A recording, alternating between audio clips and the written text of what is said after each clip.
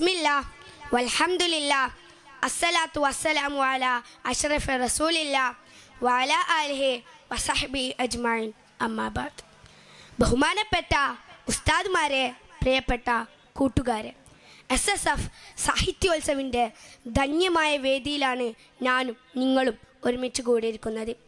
ഈ അവസരത്തിൽ കുട്ടികളുടെ മുത്തുനബി എന്ന വിഷയത്തിൽ സംബന്ധിക്കാൻ ഞാൻ ആഗ്രഹിക്കുന്നു.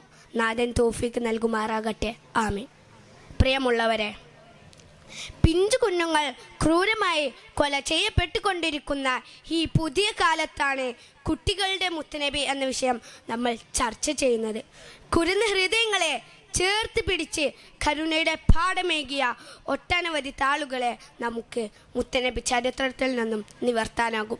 ബീവി ആയിഷ റളിയല്ലാഹു അൻഹയെ ബാല്യത്തിലെ വിവാഹം ചെയ്ത മുത്തനബി പരസ്പരം പന്തയ മത്സരം നടത്തുകയും ആയിഷ ബീവിക്ക് വേണ്ടി തോറ്റു നൽകുകയും ചെയ്തു. കുട്ടികൾക്ക് മുന്നിൽ തോറ്റു നൽകലാണ് വിജയമെന്ന് ഓർമ്മപ്പെടുത്തുകയാണ് മുത്തനബി. തിരുനബിയോടുള്ള സ്നേഹത്താൽ കുഞ്ഞു ബാല്യങ്ങൾ 2 കുഞ്ഞു കിളികളെ സമ്മാനമായി കൊടുത്തപ്പോൾ നിരാശപ്പെടുത്താതെ അത് വാങ്ങി തിരിച്ച കൂട്ടിലേക്ക് കൊണ്ടുപോയി വെക്കാൻ സ്നേഹത്തിൻ്റെ ഭാഷയിൽ കൽപ്പിച്ചു അവിടുന്ന്.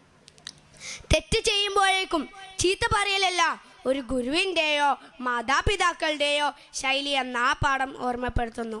മാത്രമല്ല, നിസ്കാരത്തിൻ്റെ വിഷയത്തിൽ 7 വയസ്സായാൽ കൽപ്പിക്കുകയും 10 വയസ്സായാൽ അതിൻ്റെ പേരിൽ തല്ലുകയും ചെയ്യണമെന്നാണ് ഇസ്ലാം പറയുന്നത്. ഇവിടെ വ്യക്തമാക്കുന്നത് 10 വയസ്സിന് മുമ്പ് കുട്ടികളെ വേദനിപ്പിക്കരുത് എന്നാണ്. 10 വയസ്സിലെ മുത്തുനബിയുടെ ഖാദിമായ അനസ് റളിയല്ലാഹു അൻഹുവിനോട് ഒരു കാര്യം അന്വേഷിച്ചു വരാൻ ഏൽപ്പിച്ച സമയം വഴിയിൽ കളിക്കുന്ന കൂട്ടുകാരെ കണ്ട് അവിടെ നിൽക്കുകയും അവരെ അന്വേഷിച്ചു വന്ന മുത്തുനബി സമയം വൈകിയതിന് ശകാരിക്കാതെ അവരോട് കൂടെ കളിക്കുവാൻ സമ്മതം നൽകുകയാണ് ചെയ്തത്. മക്കളിൽ മാതാപിതാക്കൾക്ക് അധികാരമുണ്ടെങ്കിലും അവരെ അനാവശ്യമായി വേദനിപ്പിക്കരുത് എന്നാണ് നബി അധ്യാപനം. സ്വഹാബി അനുചരൻ ഒരു ദിവസം നബി സല്ലല്ലാഹു അലൈഹി വസല്ലമ തങ്ങളുടെ വീട്ടിൽ കയറി വന്നപ്പോൾ കണ്ട കാഴ്ച പേരക്കിടാങ്ങളായ ഹസൻ ഹുസൈൻ റളിയല്ലാഹു അൻഹു നബി സല്ലല്ലാഹു അലൈഹി വസല്ലമ തങ്ങളുടെ പുറത്ത് കയറിയിരിക്കുന്നു.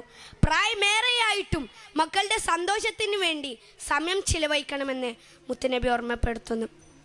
വിശപ്പിൻ്റെ കാഠിന്യം കൊണ്ട് കരയുന്ന തൻ്റെ പേരമക്കൾക്ക് വേണ്ടി റാബിയുടെ തോട്ടത്തിൽ ചെന്ന് ജോലി ചെയ്ത സമയം മുഖത്ത് അടി വീണപ്പോൾ തൻ്റെ മക്കളുടെ വിശപ്പടക്കാൻ വേണ്ടി പ്രയാസങ്ങളെല്ലാം മാറ്റിവെച്ച മുത്തുനബിയെ ചരിത്രത്തിൽ നിന്നും നമുക്ക് വായിക്കാനാകും.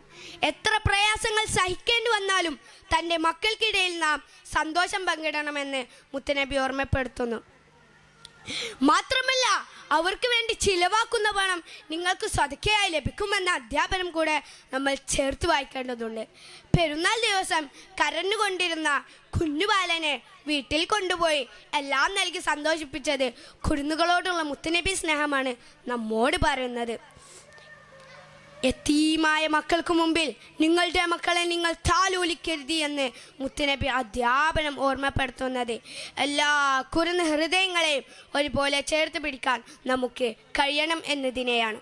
അതുകൊണ്ട് മുത്തുനബിയെ പിന്തുടർന്ന് ജീവിക്കാൻ അള്ളാഹു നമുക്ക് തൗഫീഖ് നൽകുമാറാകട്ടെ. ഇത്രയും പറഞ്ഞുകൊണ്ട് ഞാൻ എൻ്റെ വാക്കുകൾക്ക് വിരാമം കുറിക്കുന്നു. വആഖിറു ദഅവാനാ അൽഹംദുലില്ലാഹി റബ്ബിൽ ആലമീൻ. അസ്സലാമു അലൈക്കും വറഹ്മത്തുള്ളാഹി തആല വബറകാതുഹു.